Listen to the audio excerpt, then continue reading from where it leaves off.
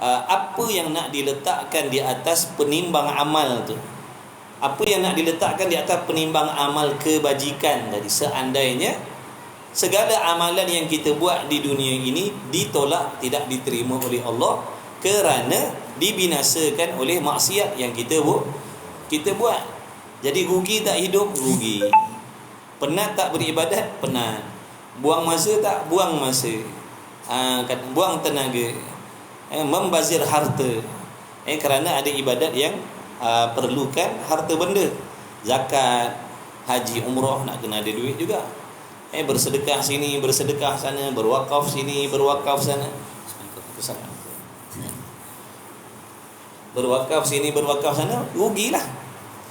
Jadi lebih baik, maknanya kita tidak dihidupkan oleh Allah Subhanahu Wa Taala. Lebih baik tidak dihidupkan oleh Allah kalau begitu. Kerana kita gagal di dalam tujuan dan matlamat kita dihidupkan oleh Allah. Bukankah Allah Ta'ala telah berfirman, tidak aku jadikan jin dan manusia melainkan supaya mereka beribadat. Supaya mereka beribadat, supaya mereka mengabdikan diri. Supaya kita mengabdikan diri, supaya kita memperhambakan diri. Memperhambakan diri kepada Allah Subhanahu Wa Taala. Ni contohnya sekarang ni yang kita buat ni, majlis yang kita sedang jalankan ini. Inilah tanda-tanda pengabdian diri. Kita korbankan masa kita korbankan penat lelah kita ketepikan pangkat dan jawatan kita boleh berhimpun di dalam suatu majlis ilmu. Kenapa ni? Nak mengabdikan diri kepada Allah. Nak memperhambakan diri, yakni melaksanakan apa yang diperintah oleh Tuhan ke atas diri kita. Kemudian nanti kita solat pula. Solat juga memperhambakan diri. Maka penghambaan diri kita kepada Allah Ta'ala itu akan jadi sia-sia. Ada orang yang Allah Ta'ala rezekikan umurnya pendek, tetapi oleh kerana kebijaksanaan dan ilmu yang ada pada diri mereka, beramal dengan ilmu meskipun umurnya pendek, tapi membawa pahala dan kebajikan yang begitu banyak di hari kiamat. Ada pula di kalangan hamba Allah yang direzekikan umur yang panjang, tetapi balik ke alam akhirat dalam keadaan muflis. Balik akhirat dalam keadaan muflis, fakir miskin. Tidak ada kebajikan yang dibawa balik. Tidak ada kebajikan yang dibawa balik. Apabila tidak ada kebaikan ataupun kebajikan yang dibawa balik akhirat, bagaimana untuk kita mengecapi kebahagiaan, kesenangan di hari kiamat? Semua kita nak bahagia di hari kiamat. Semua kita nak bahagia di hari kiamat. Semua kita nak senang di hari kiamat. Semua kita nak kaya raya di hari kiamat. Kerana kekayaan dan kebahagiaan di hari kiamat itu bersifat kekal, tidak akan hilang. Kekayaan, kebahagiaan, kemuliaan, ketinggian pangkat dan darjat yang dibawa balik ataupun yang diperolehi di hari kiamat itu akan dikekalkan oleh Allah selama-lamanya. Baik, kalau diberi pilihan pada kita dengan nikmat kesenangan dan kekayaan yang Allah bagi kita di atas dunia ini,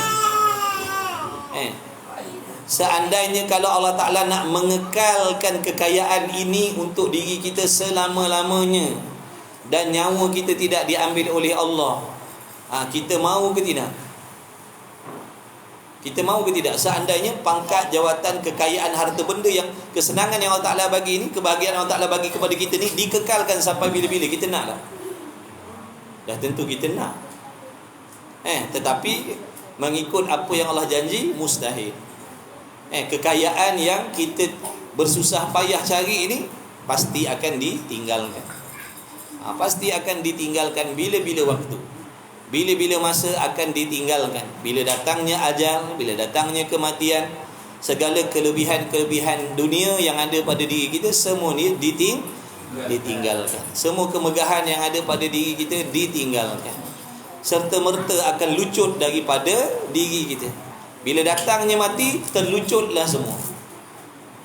Sebesar mana pun pangkat, sebesar mana pun gaji, sebanyak mana pun harta, bila nyawa seseorang itu diambil oleh Allah, terlucutlah semuanya. Habis, tinggal. Kemudian Allah Ta'ala ada nak bagi tawaran di hari kiamat. Ada kesenangan yang lebih dahsyat daripada kesenangan yang kita sedang perolehi sekarang. Allah tawarkan ada kebahagiaan yang lebih hebat di hari kiamat besok. Ada pangkat jawatan yang lebih tinggi di hari kiamat besok. Dan Allah Ta'ala menjanjikan benda-benda itu, kekayaan, kebahagiaan, pangkat jawatan di hari kiamat tu besok bersifat kekal selama-lamanya. Adakah kita yang berakal tidak mahu? Jawabnya tentu kita nak. Kalau pangkat jawatan yang sementara ni pun kita nak, kesenangan yang sementara ni pun kita idam-idamkan, kadang-kadang sampai bergaduh sesama, nak merebut harta, kekayaan, kesenangan atas dunia. Takkan kita tidak mahu memiliki kebahagiaan, kesenangan yang bersifat kekal selama-lamanya? Sudah tentu orang yang waras mahu, orang yang cerdik nak. Kekayaan di sini, kebahagiaan kita di sini, meskipun kita kata kaya, senang, mewah, duit banyak, pangkat tinggi, ada tak berlaku benda-benda yang kita tak suka dalam hidup? Berlaku. Duit banyak tapi selalu mendengar perkataan yang menyakitkan telinga kita. Duit kita banyak, pangkat kita tinggi, jawatan kita besar, tapi ada juga benda yang tak seronok. Dengar perkataan yang tak baik, orang buat sakit hati dengan kita. Lepas satu-satu masalah yang kaya, masalah cara orang kaya, yang sederhana, masalah cara orang sederhana. Arif yang miskin, masalah orang miskin. Tetapi di hari kiamat besok, apabila Allah Ta'ala memberikan kelebihan, kekayaan, kebahagiaan, kesenangan dalam syurga, tidak akan bertemu dengan sebarang jenis kesusahan, tidak akan bertemu dengan sebarang jenis masalah di dalam syurga itu. Semata-mata kesenangan zahir dan batin selama-lamanya. Adakah kita tak mau? Jawabnya orang yang berakal mesti nak. Berapa ramai orang yang kaya di dunia ni nak lari daripada masalah, akhirnya bunuh diri. Padahal kaya, hebat, mewah, jutawan, tapi bunuh diri. Sebab apa? Tak tahan dengan masalah. Makna sekaya mana pun, sehebat mana pun, setinggi mana pun kekuasaan, pangkat jawatan kita atas dunia ni, meskipun pendapatan kita 200,000 sebulan, 300,000 sebulan, tetap kita akan bertemu dengan pelbagai benda yang menyakitkan hati kita, yang tidak akan memuaskan hati kita. Tapi ketahuilah, kesenangan yang Allah Ta'ala tawarkan di hari kiamat tu, apabila diperolehi, takkan bertemu dengan sebarang jenis kesusahan dan masalah sampai bila-bila. Sampai bila-bila. Adakah kita tak mahu? Jawabnya tentu kita nak. Maka kalau nak, kena pandai cari bekal. Kena belajar betul-betul, fahamkan hukum hakam Allah, bagaimana tata cara untuk melakukan ibadat, supaya ibadat kita tu dilakukan mengikut syarat-syarat dan diterima oleh Allah, serta diberi pahala oleh Allah. Bukan sekadar tu, kita juga mesti mengetahui apakah perkara-perkara yang menjadi asbab segala ganjaran pahala yang Allah kurniakan kepada kita ni boleh hilang, boleh rosak, boleh binasa. Apakah perkara-perkara yang menjadi asbab, maknanya pangkat yang Allah Ta'ala bagi, pahala yang Allah Ta'ala bagi ni boleh hilang dalam sekelip mata. Apa sebab-sebab dia? Kita mesti kena tahu. Kerana benda tu berlaku, yang dinamakan kemusnahan pahala, kekurangan pahala, kena tanggung. Ada kalanya kena tanggung dosa dan maksiat orang. Semua ini benda yang benar-benar berlaku. Dengan sebab itu kita kena ada ilmu. Kita kena ada ilmu supaya kita beribadat ni, meskipun tak banyak, ada hasil yang boleh dibawa balik. Ada hasil yang boleh dibawa balik, yang menjadi asbab kita diberi kesenangan oleh Allah nanti di hari kiamat, meskipun pangkatnya tidak setinggi dengan orang lain nanti di dalam syurga.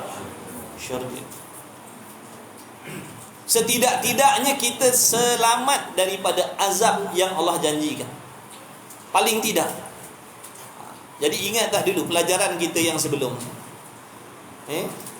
meninggalkan maksiat itu terlebih utama daripada memperbanyakkan amalan yang sunat. Apa gunanya kita memperbanyakkan amalan yang sunat-sunat, tapi dalam masa yang sama kita tidak meninggalkan pantang-pantang larang dalam ibadat tadi? Semuanya jadi debu, tak jadi apa. Semua sia-sia. Sesungguhnya, wallahi, demi Allah, semuanya itu akan jadi sia-sia. Kata Imam Ghazali rahimahullah ta'ala, ada kalanya dengan sebab perkataan yang keluar daripada lidah ni, yang tidak berapa patah perkataan keluar daripada lidah, membinasakan pahala amal ibadat yang dah dibuat berpuluh-puluh tahun. Bukan cerita dongeng, bukan cerita lawak. Apa yang diajarkan, disampaikan oleh Al-Imam Al-Ghazali rahimahullah ta'ala itu adalah daripada apa yang dikhabarkan oleh Rasulullah sallallahu alaihi wasallam. Rasul tidak dusta, Rasul tidak bohong. Sifat bohong pada Rasul itu hukumnya mustahil. Akal kita tak boleh terima Rasul memutarbelitkan hukum Allah. Akal kita tak boleh terima yang Rasul tu pandai-pandai buat cerita. Apa yang Rasul khabarkan adalah itulah hakikatnya daripada Allah. Allah yang nak memberitahu kepada hamba-hambanya cuma melalui utusan-utusan dia, iaitu para Rasul alaihi wassalatu wassalam. Jadi di antara perkara yang Rasul khabarkan kepada kita, ialah apa tadi? Seandainya kita membuat benda-benda maksiat-maksiat yang tertentu, akan menjadi asbab binasa segala amal kebajikan yang kita buat. Cuba kita renung-renungkan.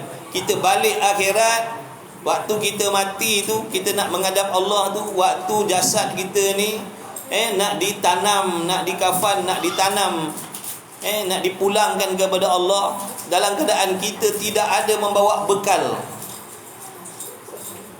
Alangkah celakanya hidup kita. Alangkah menyesalnya kita. Alangkah menyesalnya kita nanti. Dan penyesalan kita nanti di hari kiamat, takkan sudah sampai bila-bila. Penyesalan di hari kiamat itu takkan ada kesudahan. Selama-lamanya menyesal. Sampai bila? Selama-lamanya duduk dalam sesalan. Kerana apa? Amalan yang dibuat tadi ditolak, tidak diterima oleh Allah, ataupun ada yang dah mengumpul sebanyak-banyak pahala kebajikan, akhirnya musnah dalam sekelip mata kerana tidak bersabar dalam menjaga pantang larang di dalam ibadat. Wal'iyadha billahi min dhalik. Jadi kita sama ada laki-laki, perempuan, tua ataupun muda, kena tahu, kalau kita nak lihat kebajikan yang kita buat atas dunia ni, nak melihat balasannya seperti yang Allah Ta'ala firmankan dalam Quran, wa may ya'mal mithqala dzarratin khairan yarah. Sekecil mana pun kebajikan yang dibuat atas dunia ni akan dapat dilihat di hari kiamat balasan baiknya. Kalau nak tengok balasan baik setiap apa yang kita buat atas dunia ni, kenalah berpantang. Kalau tak berpantang, sebesar mana pun ibadat yang kita buat, sebesar mana pun pengorbanan yang kita buat waktu kita hidup di dalam ibadat, takkan dapat dilihat ganjaran pahala ataupun balasan baik daripada Allah. Contohnya, saya keluar berjihad. Saya keluar berjihad di jalan Allah. Tapi saya juga kaki mengumpat, berdengki dan sebagainya. Adakah saya mendapat kebaikan daripada maknanya pengorbanan nyawa saya di jalan Allah? Tak. Saya tak akan dapat apa-apa meskipun yang saya gadaikan itu adalah nyawa saya sendiri. Ataupun saya berjihad tapi memiliki akidah yang sesat terhadap Allah, menyengutukan Allah. Adakah saya mendapat kebajikan daripada Allahumma salli ala sayyidina Muhammad, pengorbanan nyawa saya tadi di medan perang? Tak, saya tak dapat apa. Sebab saya tidak berpantang. Cuba kita bayangkan, kalau dah berjihad di jalan Allah, menggadaikan nyawa itu pun akan ditolak oleh Allah apabila melanggar pantangnya. Bagaimanalah nasib ibadat yang kita buat ni yang jauh lebih kecil nak bandingkan dengan tu. Yang kita korbankan penat, yang korbankan lelah, korbankan duit lebih kurang. Nak bandingkan dengan mengorbankannya nyawa tu pun ditolak oleh Allah juga. Tak pakai. Orang yang berjihad contohnya di dalam hatinya bukan ikhlas kerana Allah, berjihad semata-mata nak menunjukkan keberanian agar dikenal, agar disanjung, agar dihormati ataupun agar mendapat habuan dunia. Allah tak terima. Walaupun pada zahir nampak mereka itu berjuang di jalan Allah.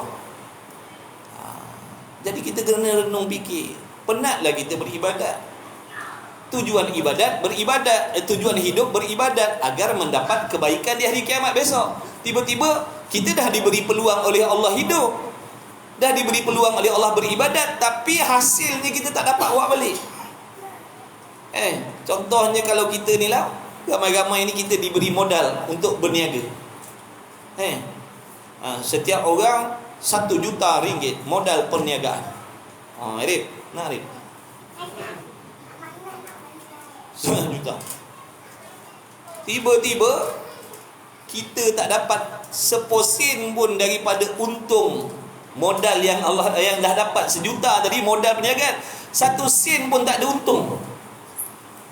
Kerana kita menyalahgunakan modal tadi, ataupun tak pandai berniaga, ataupun pandai berniaga tapi tak pandai simpan. Ada satunya dia tak dapat untung sebab cara berniaga pun dia tak pandai. Modal dapat dah, cara berniaga dia tak tahu, pun tak dapat juga. Ada yang pandai berniaga, macam-macam strategi, macam-macam ilmu perniagaan dia ada, jadi dapat keuntungan yang berlipat-lipat kali ganda, berjuta-juta ringgit. Tapi oleh kerana kebodohannya, kejahilannya menjaga harta benda, habis juga keuntungan dia. Begitulah perumpamaan. Dan ada pula orang yang daripada 1 juta modal tadi mendapat keuntungan berlipat-lipat kali ganda dan berkekalan, bahkan bertambah-tambah lagi keuntungannya. Makna tak hilang, tak rosak, tak binasa. Kenapa? Kerana yang pertama, dia pandai menggunakan modal, dia pandai cara berniaga, dia pandai menjaga makna keuntungan yang diperolehi daripada perniagaan. Maka bahagialah dia, senanglah hidup dia. Kita tadi yang dapat modal sama tadi jadi muflis pula dah, bahkan berhutang pula dah. Allah bagi kita ni umur sama Allah bagi umur. Tiap-tiap orang Allah bagi 24 jam satu hari. Ada orang yang dengan 24 jam ni dia dapat bawa balik untung berlipat-lipat kali ganda. Berlipat-lipat kali ganda pahala diperolehi. Padahal modalnya sama macam kita, 24 jam sehari semalam. Kita pun Allah bagi juga 24 jam sehari semalam, tapi oleh kerana kita tak pandai beribadat, tak ada dapat keuntungan pun daripada 24 jam waktu yang Allah bagi. Ada di antara kita yang pandai beribadat, 24 jam tadi dia beribadat dan diberi pahala oleh Allah yang berlipat-lipat kali ganda, tapi tidak pandai menjaga pahala. Habis juga, rugi juga, binasa juga, celaka juga.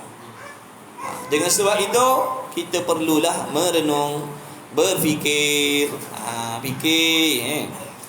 betul tak jalan selama ni aku beribadat ni, setakat ni betul tak jalan dia seperti mana yang ditunjuk, yang diajarkan oleh Al-Imam Al-Ghazali rahimahullahu ta'ala ni, ataupun belum duduk lagi kat jalan ni. Jadi kita renungkan diri kita masing-masing, laki-laki perempuan, tua muda tak peduli, sebab kita ni semuanya akan mati. Semuanya kita akan mati. Sebab tu semua kita kena renung diri kita. Selama ni kita beribadat sama tak seperti yang Imam Ghazali kata ni? Kita renung, kita tanya diri kita balik. Sebab kita sendiri yang mengetahui bagaimana cara kita melakukan ibadat. Kita sendiri yang mengetahui apa yang ada di dalam hati kita. Dalam hati kita ada sifat jahat ataupun tidak, itu kita yang tahu. Cara kita beribadat tadi, adakah dah sama? Yang pertama, adakah kita beribadat dengan keadaan kita faham? Adakah kita beribadat dengan kefahaman? Adakah kita beribadat dengan pengetahuan yang kita belajar? Ni yang pertama. Adakah kita beribadat? Dah beribadat. Baik, kalau dah beribadat, adakah kita beribadat tadi mengikut cara-cara yang diajarkan oleh Rasulullah sallallahu alaihi wasallam? Ataupun kita beribadat semata-mata meniru-niru, melihat orang lain buat, kita pun buat tanpa ada pengetahuan. Kita semak balik, tanya balik diri kita ni sebelum nanti dihisap oleh Allah. Baik kita muhasabah sini, baik kita muhasabah diri kita di sini. Sebelum kita dihisap nanti di padang mahsyar, baik kita menghisap diri kita di sini. Mengira-ngira, merenung-renung, mengkaji, menselidik, menyemak cara kita beribadat ni dah betul ataupun dah berada di atas landasan ataupun masih jauh menyimpang lagi.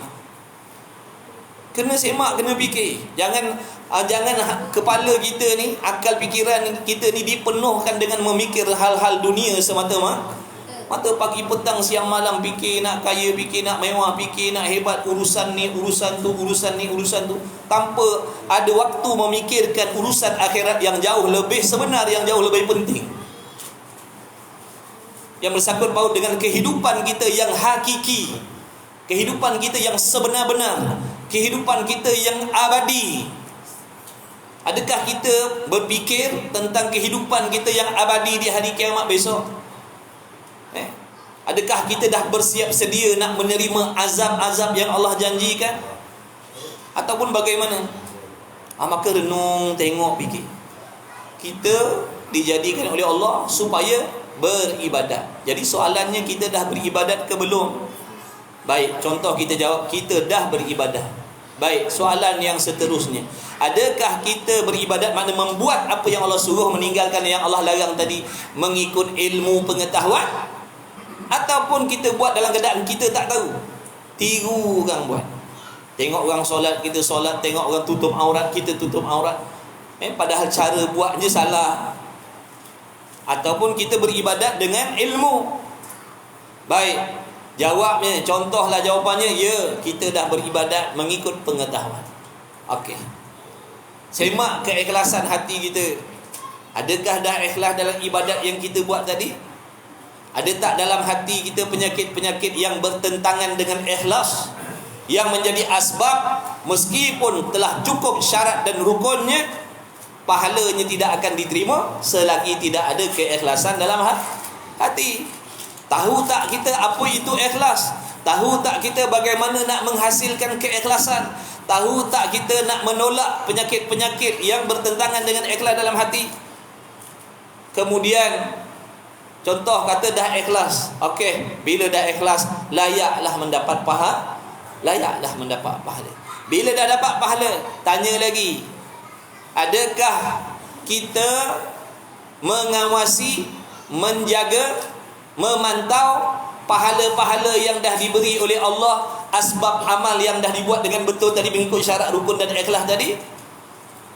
Adakah kita dah pantau, dah jaga daripada musuh-musuh dia yang sentiasa nak merempak, yang sentiasa nak mencuri, yang sentiasa nak merosakkan pahala amal? Adakah kita dah bersiap sedia? Adakah kita dah jaga? Mana dia musuh-musuh dia tadi? Contohnya peragut-peragut tadi, pembinasa pahala tadi. Perbuatan mengumpat, kita dah tinggalkan ke belum mengumpat? Kita dah tinggalkan belum hasad dengki? Kita dah tinggalkan belum penyakit ujub dalam hati?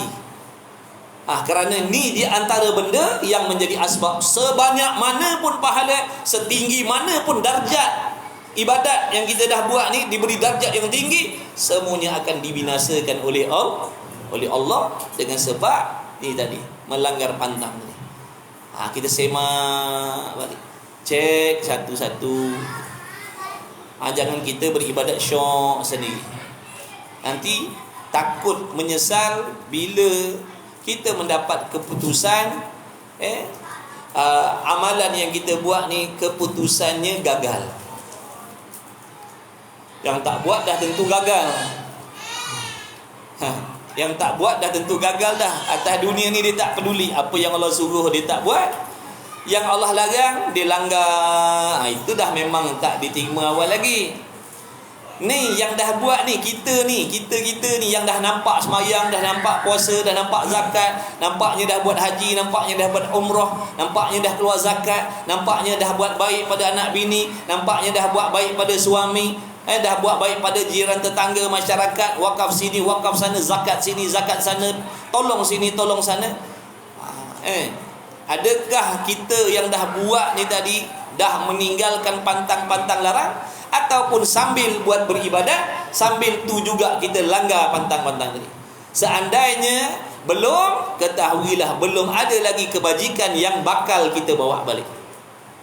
Walaupun kita dah beribadat 40, 50, 60, 70 tahun. Sebab itu yang dijanjikan oleh, itu yang dikhabarkan oleh Rasulullah SAW. Rasul tak dusta. Jadi kita renung balik. Jadi kalau aku tak berhenti daripada, kalau aku tak jauhkan diri aku daripada pantang larang ni, kalau aku mati, dah tentulah aku akan bawa balik dosa semata-mata. Bila dah balik dosa semata-mata, apa janji dia? Neraka lah tempat kita. Wal'iyadzabillahi min dzalik. Kata ulama, di antara golongan yang menyesal di hari kiamat besok adalah golongan yang waktu hidupnya tidak mahu menuntut ilmu. Menyesal, sangat-sangat menyesal. Kerana mereka diazab oleh Allah Subhanahu wa taala, asbab daripada amalannya ditolak, tidak diterima oleh Allah. Menyesal. Semayang dah, puasa dah, tapi neraka juga tempat. Haji dah, tapi masuk neraka juga. Umrah dah, tapi masuk neraka juga. Malam-malamnya berqiyamul lail juga, tapi neraka juga tempat dia. Na'udzubillahi min zalik. Kenapa? Kerana tidak menjaga pantang di dalam ibadat. Wal'iyadzabillahi min zalik. Jadi kita renung-renung, kita fikir, kita semak, kita selidik diri kita. Sebab tu sebenarnya kita tak ada masa nak mencari dosa orang lain. Kita sebenarnya tak ada masa. Masa yang Allah bagi tu sebenarnya untuk tilik diri sendiri. Bukan menilik dosa dan maksiat ataupun kelemahan yang ada pada orang lain. Buang masa kita. Cuba kita bayangkan dah berpuluh-puluh tahun kita tak pernah perhatikan diri kita. Berpuluh-puluh tahun yang Allah bagi kita sibuk perhatikan orang, sedangkan diri kita terkapai-kapai lagi. Masanya semakin pendek, masanya semakin singkat, semakin dekat dengan lubang kubur kita ni. Tak kira muda, sebab mati itu datang tanpa sebab, tanpa syarat. Yang kita paling takut adalah mati terkejut. Mati terkejut ni sangat menakutkan. Tak sempat nak taubat, tak sempat nak istighfar, tak sempat nak taubat, tak sempat nak baiki amal. Tengah syok, tengah seronok dengan nafsu kita, seronok dengan kemewahan, seronok dengan makan minum, seronok dengan pakaian, seronok dengan perhiasan, seronok dengan hobi, seronok dengan kawan-kawan, seronok tengah buat benda-benda yang Allah larang ni. Sedang-sedang seronok tu tadi, datangnya kematian. Allahu Akbar. Malangnya lah, celakalah, celaka yang sangat besar, selama-lamanya, berkekalan. Na'udzubillah. Itu tak semak akidah lagi tu. Itu tak semak akidah lagi. Itu semak yang zohir-zohir je dulu. Kadang-kadang ramai di kalangan orang yang zohirnya dah banyak ibadat, rupa-rupanya pegangan dalam hati terhadap Allah tu salah. Makna punca yang paling penting tu salah dah. Allahu Akbar. Beribadatlah. Rupanya akidah dengan Allah tu salah. Dia pun sebab di waktu hidup dia tak pernah peduli tentang pegangan dalam hati. Dia pun tak tahu pegangan yang betul bagaimana, pegangan yang salah bagaimana. Dia tak tahu. Dia tak boleh membezakan manakah akidah yang betul, manakah akidah yang salah. Dia tak tahu.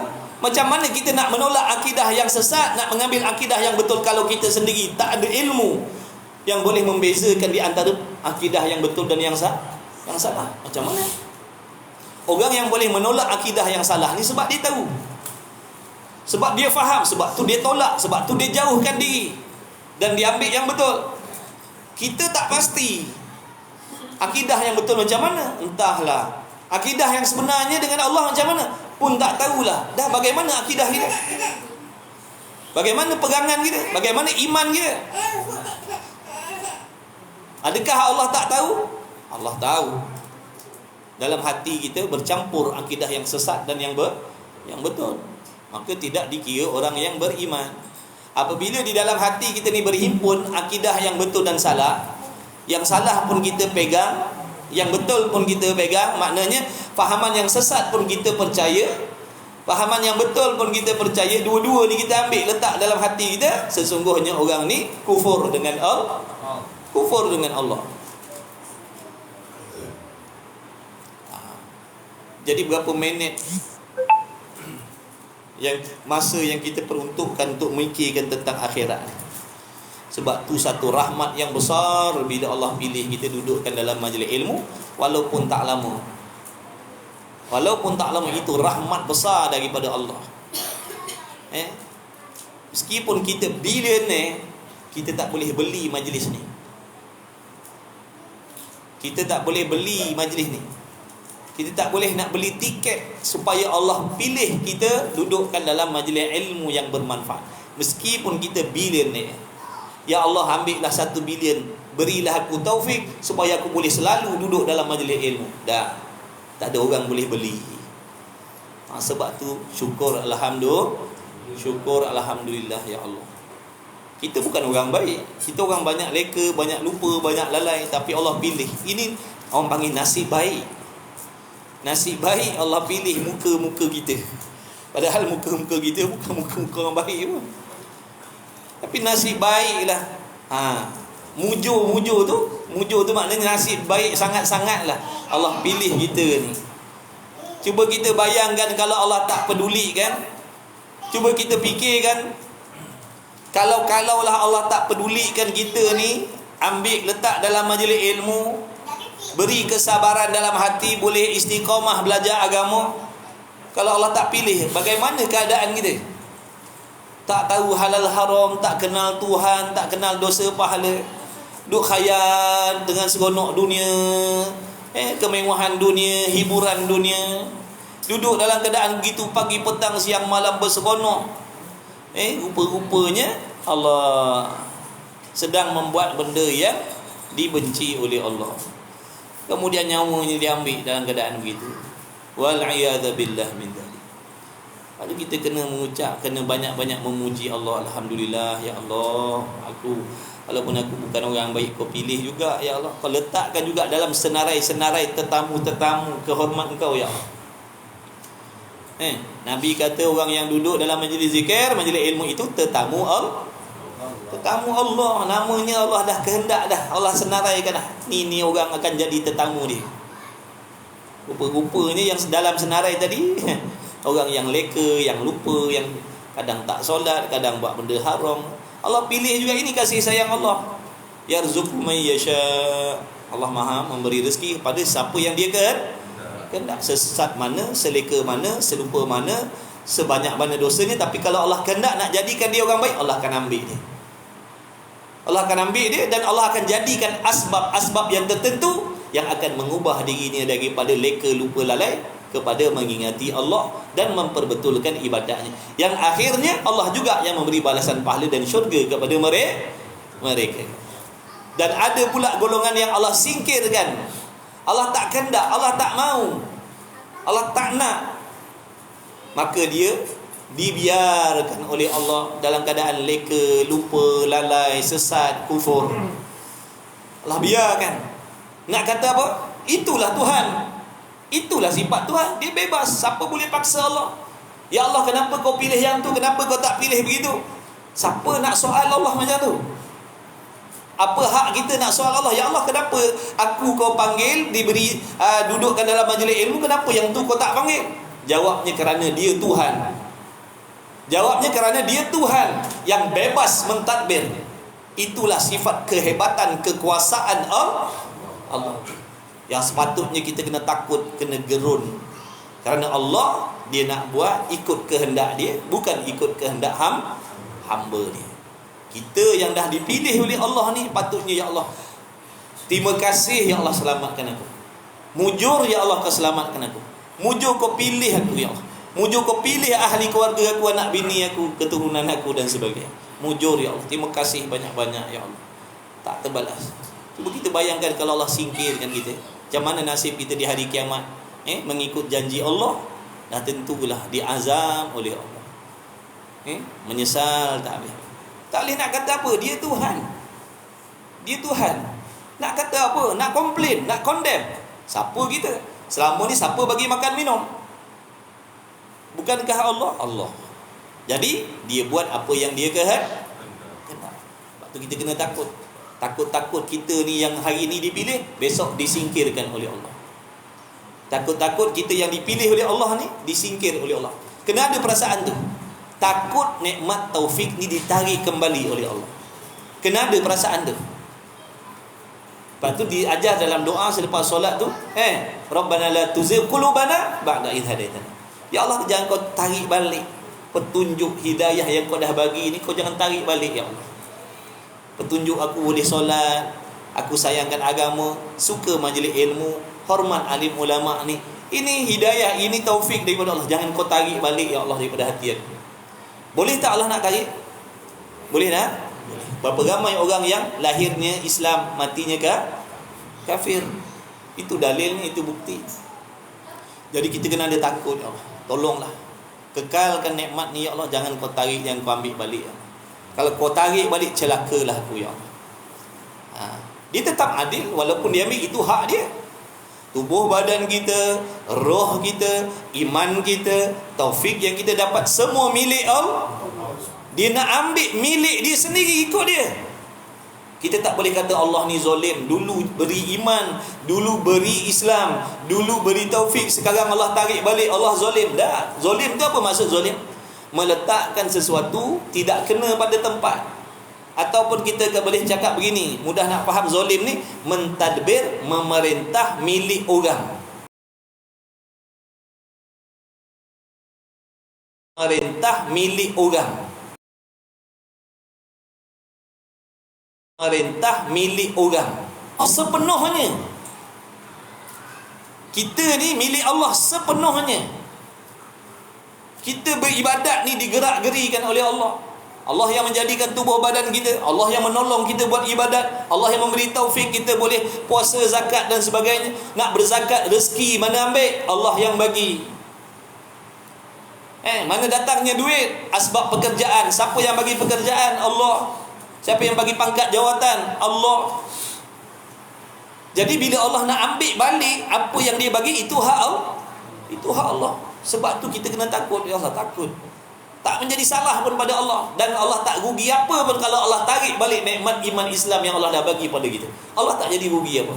Kerana dia bersifat istighna. Dia maha kaya. Dia tak berkehendak dan tak berhajat kepada sesiapa pun. Bahkan kita yang berkehendak, bergantung, berhajat kepada Allah. Allahus Samad. Allah lah tempat kita bergantung pagi, petang, siang, malam. Sama ada sedar ataupun tidak, setiap helaan nafas kita ni bergantung dengan Allah. Ni jantung kita sedang bekerja ni kat dalam ni, ditolong oleh Allah, digerakkan oleh Allah ni. Bukan dia saja-saja dia bergerak sendiri tanpa Allah yang gerakkan. Dah Allah yang menggerakkan. Allah boleh ambil balik, Allah boleh hentikan jantung kita bila-bila masa, kalau dia kehendak boleh. Hak dia.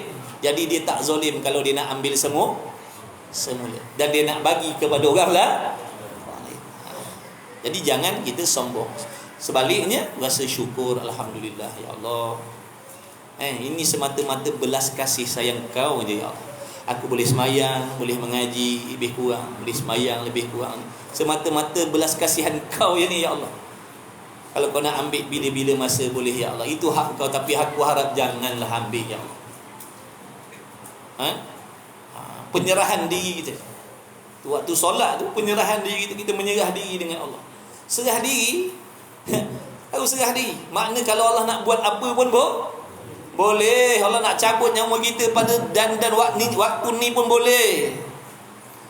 Hamba ni dia sentiasa menyerahkan diri daripada Allah, tapi dia harap jangan ya Allah, tolonglah. Kalau kau tarik, kalau kau ambil, kalau kau jatuhkan bala azab pada aku, habislah aku, celakalah aku, binasalah aku ya Allah. Aku tak nak, aku tak mau, aku takut, aku birun. Kekalkanlah, bantulah, taufik, kekalkan nikmat taufik ni pada diri aku, anak bini aku, keturunan aku. Selamatkanlah semua ya Allah, sahabat andai aku semua, kenalan-kenalan aku, orang yang buat baik dengan kita, macam-macam cara orang buat baik dengan kita. Bantu ya Allah, beri taufik kepada semua ni ya Allah. Yang musuh dengan kita, yang tak senang dengan kita, yang sakit hati dengan kita, bagi taufik ya Allah semuanya, agar semuanya selamat daripada azab neraka Allah. Supaya kita boleh bersenang, berbahagia di sini, dan nanti dipisahkan sementara dengan kematian, kemudian dihimpunkan di dalam syurga dalam keadaan kebahagiaan, kenikmatan yang tidak akan ada sebarang jenis masalah lagi sampai bila-bila.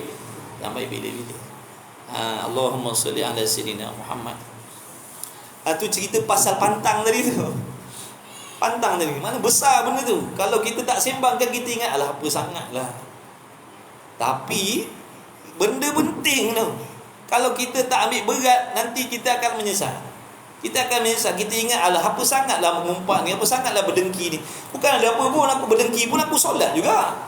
Aku mengumpat pun aku solat juga. Cukup duit pergi umrah. Betul? Jadi kita fikir tak ada masalah. Apa masalah aku mengumpat ke, aku berdengki, aku buat ibadat. Aku mengumpat ke, aku berdengki ke, aku berdendam ke, aku ada perasaan ujub ke, aku buat ibadat macam biasa. Aku bukan tak buat ibadat, aku buat. Inilah yang dikatakan kebodohan tadi tu, kejahilan tadi tu. Dia tak sedar, dia tak tahu, dia tak faham sebenarnya sikap dan perbuatan yang macam tu akan mencelakakan diri kita. Dah kumpul pahala banyak-banyak, kita buang balik, kita padamkan balik, kita roboh balik. Dah buat bangunan tinggi-tinggi, kita robohkan balik. Lepas tu besok buat lagi tinggi-tinggi, robohkan balik, sampai mati begitulah, berulang-ulang. Allahu Akbar. Alangkah bodohnya perbuatan yang macam ni, perbuatan orang yang tidak waras, perbuatan orang yang tidak berakal. Betul ke tidak? Cuba kita fikir. Kita penat-penat lelah, korban macam-macam nak buat bangunan tinggi-tinggi, tapi kita sendiri yang robohkan. Lepas tu besok buat balik. Habis waktu kita pagi, petang, siang, malam buat benda sama sampai habis umur kita. Adakah itu tindakan orang cerdik? Jawabnya tidak. Itu tindakan orang yang tak cerdik. Maka kita renung fikir. Jadi pendek katanya, biarlah tak banyak pun ibadat amal sunat yang kita buat, yang penting tadi maksiat yang besar-besar ni kena pantang. Mengumpat ni tinggalkanlah.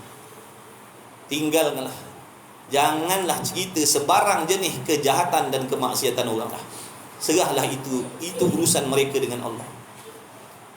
Jangan ada penyakit ujub, kagum dengan diri sendiri. Jangan kagum dengan diri, boleh beribadat, ada ilmu, tak buat maksiat, kagum, perasan. Sedangkan itu semata-mata pertolongan Allah. Penyakit ujub ni juga merosakkan pahala amal. Habis semua. Jahanam. Haji, tak peduli haji. Bosah tak bosah. Habis ya Allah. Nampak tak tu? Betul lah kata Nabi SAW, orang yang mana ilmu yang bermanfaat, Allah hanya nak bagi kepada kumpulan yang nak diberi kebahagiaan saja. Ilmu yang bermanfaat, ilmu agama, ilmu akhirat yang bermanfaat hanya diberi kepada golongan yang bahagia saja. Ilmu agama, ilmu yang bermanfaat diharamkan, ditegah, ditahan daripada orang yang bakal mendapat celaka. Itu kata Nabi sallallahu alaihi wasallam. Itu kata Nabi. Nabi tidak bohong. Ilmu yang bermanfaat Allah tak akan bagi pada golongan yang celaka. Makna atas dunia ni dengan sendiri Allah akan singkirkan dia daripada ilmu. Dengan sendiri dia tak nak, dengan sendiri dia tak pandang penting, dengan sendiri dia tak ada waktu nak belajar agama. Dengan sendiri dia meremeh-temehkan. Ni dia golongan dia. Na'udzubillah min zalik. Jadi kalau kita duduk dalam kelompok ni, kita kena ada takut, risau, bimbang. Kerana Nabi dah cakap dah, ini tanda-tanda bakal mendapat celaka dunia dan akhirat. Dia kata celaka apa dunia? Aku senang, aku kaya, boleh makan minum. Celaka dengan makna apa? Segala amalannya takkan diterima oleh Allah, buang masa, buat penat, habis modal, akhirnya pula celaka di hari kiamat, diazab pula oleh Allah.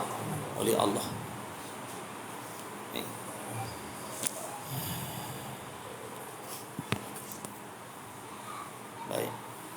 Jadi Allahumma shalli ala sayyidina Muhammad. Kita cuba waktu solat tu, waktu sujud tu, rasakan ya Allah betapa mujur kau pilih aku ya Allah.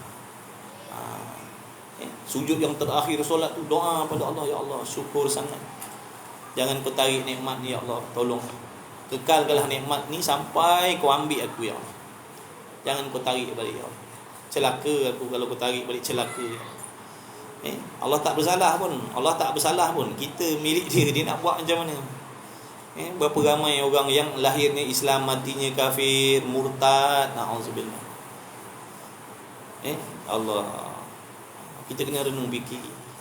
Ada masa kena menyendiri. Kita ni ada masa kena menyendiri di antara kita dengan Allah. Kena ada waktu tu untuk kita nak merayu, nak mengadu dengan Allah, nak bercerita dengan Allah. Kena ada waktu yang orang lain tak tahu. Bini kita tak tahu, suami kita tak tahu, mak bapak kita tak tahu, anak-anak kita tak tahu. Ini masa khusus kita dengan Allah saja. Mengadu, ceritakan masalah kita. Walaupun kita tak cerita, Allah tahu dah. Tapi kenapa tu? Nak menzahirkan kehambaan kita kepada Allah, nak menzahirkan kehinaan kita, nak menzahirkan betapa berhajatnya kita dengan Allah. Kita ceritakan, ya Allah, aku ni masalah aku begini. Padahal Allah tahu lama dah, sedia kala lagi dah Allah tahu masalah kita ni. Kita ni selalu mengadu pada Allah masalah tentang hidup dunia kita. Mengadu, ya Allah duit tak cukup. Mengadu pada Allah bisnes kita tak maju. Mengadu pada Allah orang banyak khianat pada bisnes kita, pada rumah tangga kita. Ini selalu kita mengadu. Ini di antara doa-doa yang biasa kita adukan pada Allah. Tapi kita tak pernah nak mengadu kepada Allah, ya Allah aku ni, masalah aku ni, aku suka buat maksiat. Aku ni buat maksiat, tak ada rasa bersalah sikit pun dalam hati aku, ya Allah. Tolonglah selamatkan aku daripada masalah ni. Ini masalah. Inilah sebenarnya masalah. Aku solat tak khusyuk, ya Allah. Tubuh aku menghadap Engkau tapi hati aku berpaling. Tubuh badan aku sujud tapi hatiku sombong, ya Allah.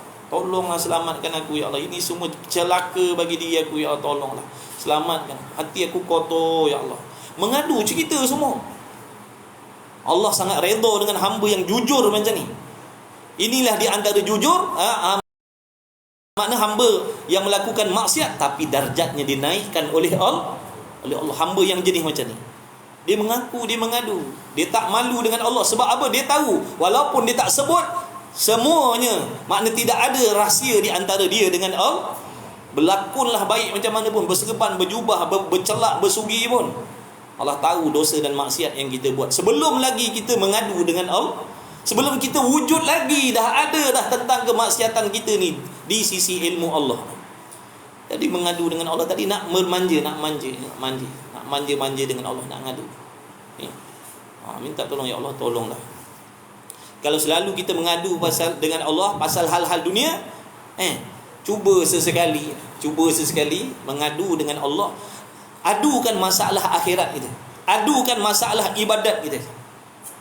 Aku ni suka sembahyang lambat-lambat, aku ni suka tak sembahyang berjamaah, aku ni tak rasa rugi kalau tak solat jemaah, aku tak rasa rugi kalau tak hadir majlis ilmu. Ada ilmu yang kau bagi aku tak beramal, ya Allah.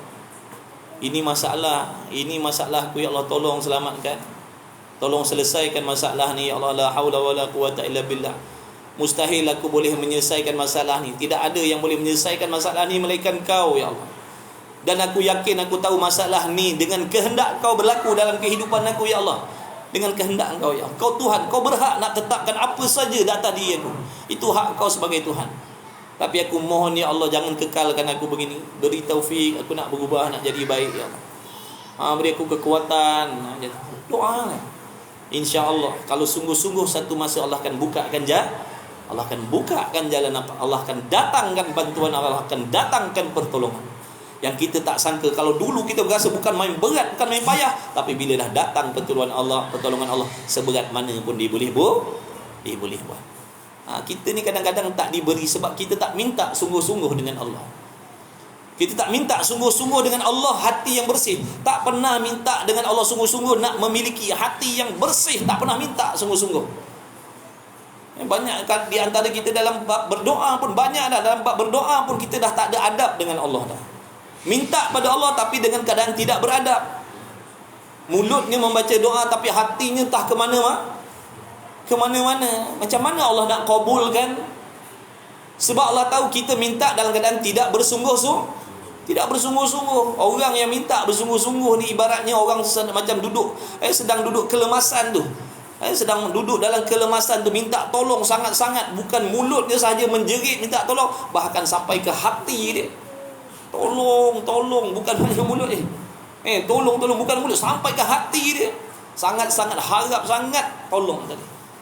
Tapi kita ni dengan sebab kita ni duduk dalam kesenangan, duduk dalam kemewahan, duduk dalam taat. Nampak macam kita buat taat lah. Jadi seolah-olah macam kita ni dah duduk di tempat yang selamat.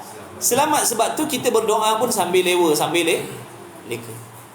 Ibaratnya orang yang minta tolong waktu dia dalam air dengan orang yang berada di atas daratan tadi beza. Hatinya beza. Walaupun dua-dua ni tadi minta tolong, tapi beza suasana tu, keadaan.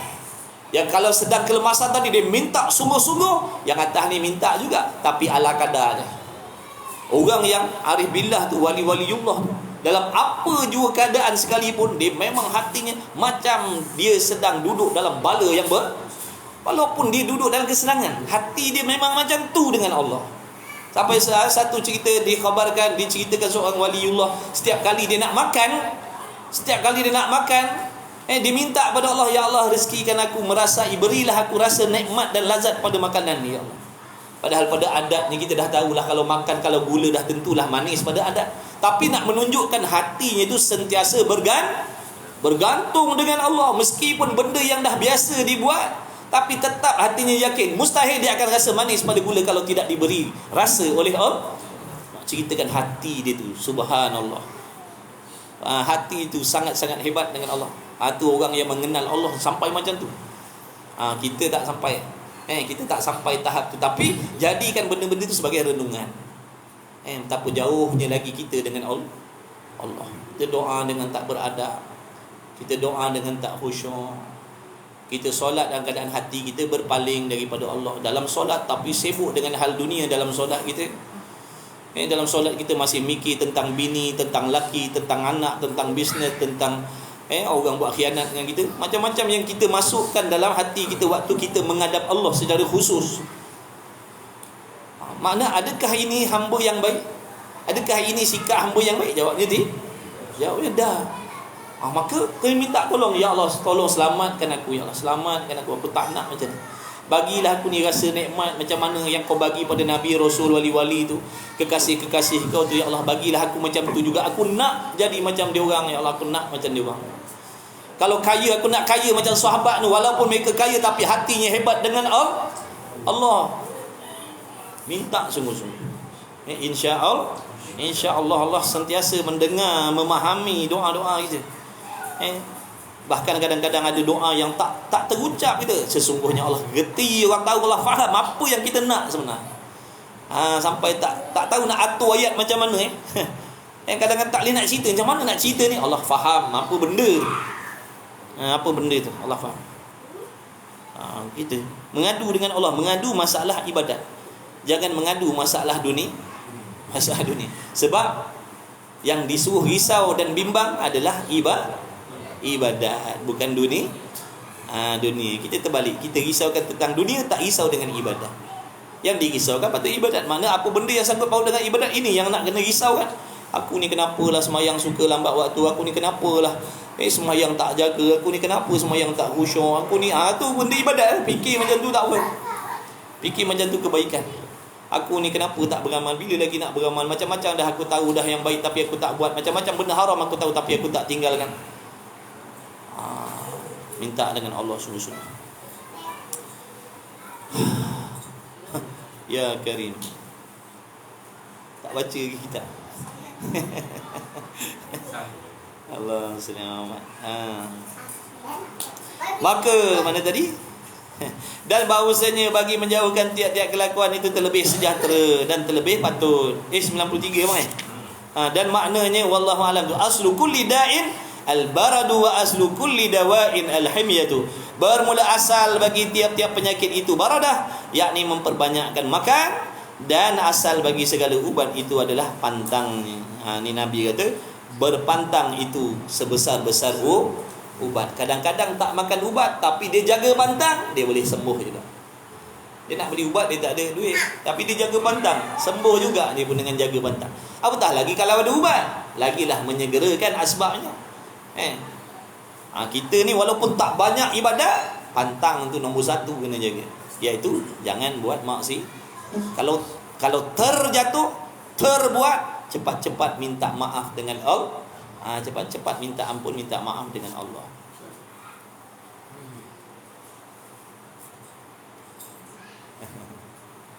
Subhanallah. Sihat berapa umur? 3 bulan. Dia pergi gym masuk gym. Bahawasanya ahli hindi, ni contohnya.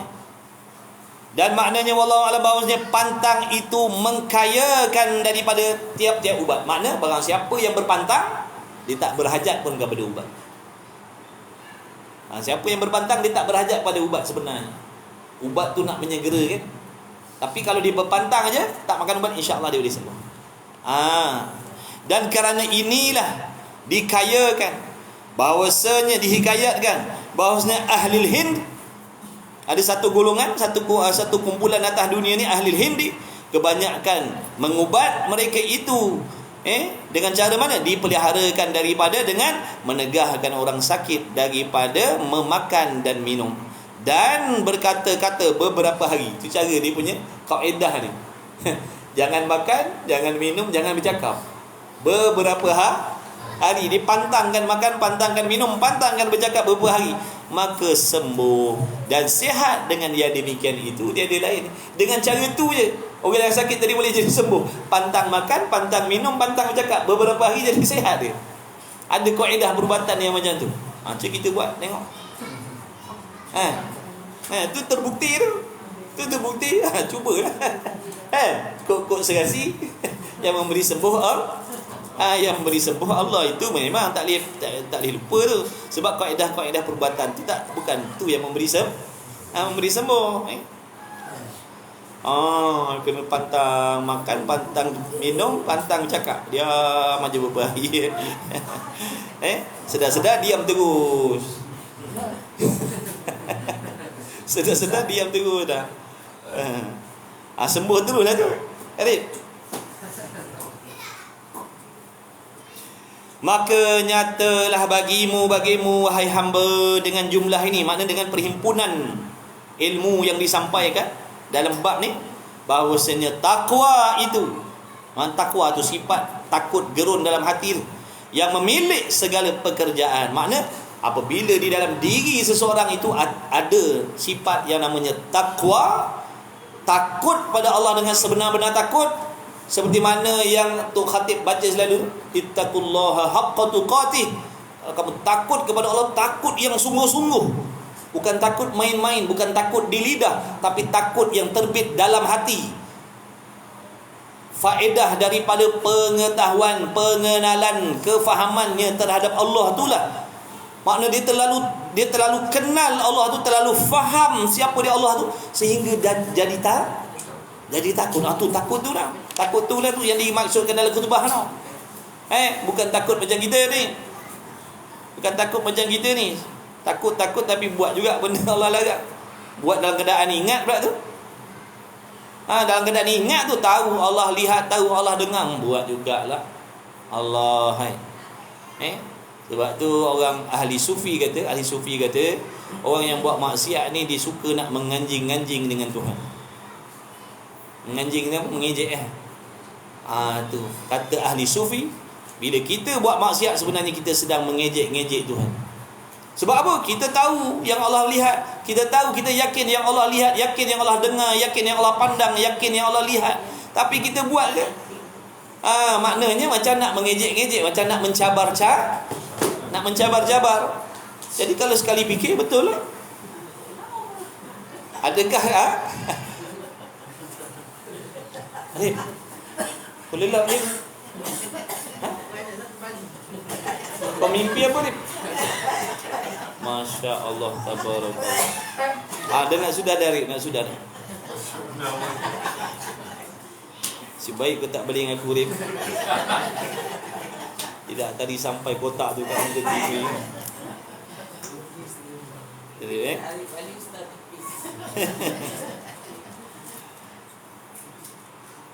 Jadi orang yang dalam hatinya ada takwa tadi. Takwa ni datang daripada mana? Ilmu. Pengenalan, kefahaman, pengertian tentang Allah. Itu yang menjadikan dia takut, digerun, malu, hebat. Jadi bila orang tu dah dapat takwa tadi dia akan memiliki segala pekerjaan, makna segala pekerjaan yang baik, pekerjaan yang mulia-mulia dunia dan akhirat akan ada pada diri dia. Orang yang takwa tadi tu, yang takut kepada Allah. Tak kira dia lelaki, tak kira dia perempuan. Bila ada dalam diri dia takwa yang sebenar-benar, akan berhimpunlah segala pekerjaan yang mulia pada diri dia. Dan permata-permatanya, makna benda yang bernilai, iaitu ibadat. Akan adalah ibadat, akan adalah dirinya sifat-sifat yang terpuji. Akan berhimpun pada dirinya sifat terpuji pada diri orang yang takwa ni. Hatinya tak ada sifat lain melainkan yang baik-baik aja dalam hati. Pemaaf, sangka baik, pemurah, takut pada Allah, malu dengan Allah, tidak ada ujub, riak, sum'ah dan sebagainya. Mana sifat baik, mulia je dia. Sebab dia takut nak buat benda yang Allah larang, dia takut. Walaupun benda dalam hati dia tak berani simpan, tak berani, sebab dia yakin sekecil mana pun maksiat hati diketahui oleh Allah dan akan dibalas oleh Allah. Sebab dia takut tu, dia tak nak simpan. Walaupun kecil mana pun dendam, dia tak nak simpan. Sekecil mana pun perasaan dendam, dia tak nak simpan dalam hati dia. Sebab dia tahu Allah melihat dan Allah mengetahui dan akan dibalas nanti di hari kiamat dengan azab Allah. Itu yang jadikan dia takut. Dan ahlinya takwa itu pangkat di atasnya, maksud pangkat yang tinggi, Allah letakkan orang takwa ni. Cukup kalau orang kata minta doakan saya, cukup kita doakan mudah-mudahan kamu jadi orang yang bertakwa. Cukup doa. Sebenarnya dalam takwa tu segala-gala kebaikan ada dah situ. Sebab tu bila kita tengok, kita dengar cerita, dengar berita ada kawan-kawan kita diberi rezeki zuriat oleh Allah, kita doakan mudah-mudahan dia jadi anak yang bertakwa. Makna di situ berhimpun dah segala-gala. Sebab kalau nak ceritakan segala kebaikan ni banyak betul. Tapi bila ada takwa, semua ada dalam tu. Semua ada dalam tu. Dia akan jadi baik, dia akan jadi berakhlak pada mak bapak, dia akan jadi berbakti pada mak bapak, dia akan jadi beradab dengan mak bapak. Nanti besar kalau dia jadi suami-suami yang baik, kalau dia jadi isteri-isteri yang solehah. Duduk dalam takwa jadi dia akan jadi pemurah. Dia akan ada sifat belas kasihan dengan orang lain. Takwa tadi. Maka lazimkan olehmu, pastikan olehmu, kata Imam Ghazali pesan kepada kita semua, lazimkan olehmu, pastikan olehmu, dapatkan dirimu, wajibkan dirimu wahai hamba dengan membuangkan ijtihad, makna bersungguh-sungguh untuk mendapatkan takwa ni. Jangan main-main, jangan buang masa, jangan buang waktu, berusaha untuk menghasilkan takwa tadi. Kerana apabila kau dapat takwa ni, akan berhimpunlah segala kebaikan dunia dan akhirat pada diri kau. Jadi jangan lemah, jangan lemah semangat, jangan putus asa. Cuba dan terus cuba lagi, minta pada Allah, minta tolong dengan Allah dan berusaha bersungguh-sungguh. Memadalah pada demikian itu dan memalingkan kebanyakan penolong kepadanya. Bermula Allah SWT yang memberi taufik dengan kurnianya Allah. Sebab itulah kena minta pada Allah, ya Allah bagi taufik, ya Allah bagi taufik, bagi pertolongan, bagi kekuatan, ya Allah. Jadikan aku ni orang bertakwa. Bila dia jadi takwa, bereslah yang lain-lain itu. Wallahu subhanahu wa ta'ala a'lam wa ilmuhu wa atam. Mudah-mudahan sekalian yang hadir yang mengikuti dirahmati, diredai, diampuni oleh Allah Subhanahu wa taala, diberi ilmu yang bermanfaat serta diberi taufik oleh Allah untuk kita beramal dengan segala ilmu yang dipinjamkan oleh Allah Subhanahu wa taala. Mudah-mudahan Allah senantiasa membimbing kita, menyelamatkan kita serta ahli keluarga kita dan keturunan kita sampai kiamat. Daripada jalan-jalan yang sesat, jalan-jalan yang tidak diredai oleh Allah Subhanahu wa ta'ala, zahir dan batin.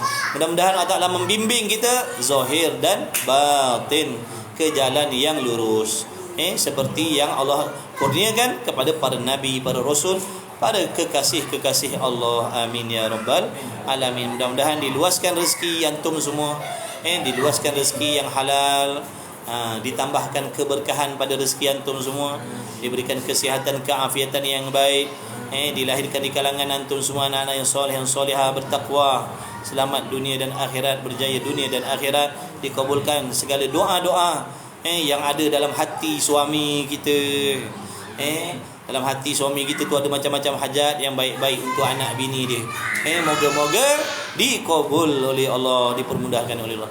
Tak lupa juga dalam hati isteri kita, isteri-isteri kita ada hajat yang macam-macam, hajat yang baik-baik. Ya Allah, mudah-mudahan dengan keikhlasan mereka berkhidmat dengan suami tadi sebagai tanda takwanya kepada Allah, moga dipermudahkan, dikabulkan segala doanya, segala hajat-hajatnya, insya-Allah. Amin ya rabbal alamin. Bismillahirrahmanirrahim. Alhamdulillah. Wassalatu wassalamu ala Rasulillah. Allahumma rabbana fa'na bima 'allamtana, rabbana 'allimna alladhi yanfa'una, rabbana faqih ahlana wa qarabati lana fi dinina ma ahli qudri unsa wa dzakar. Wa sallallahu ala sayyidina Muhammad walhamdulillahi rabbil alamin. Taqabbalallahu minkum.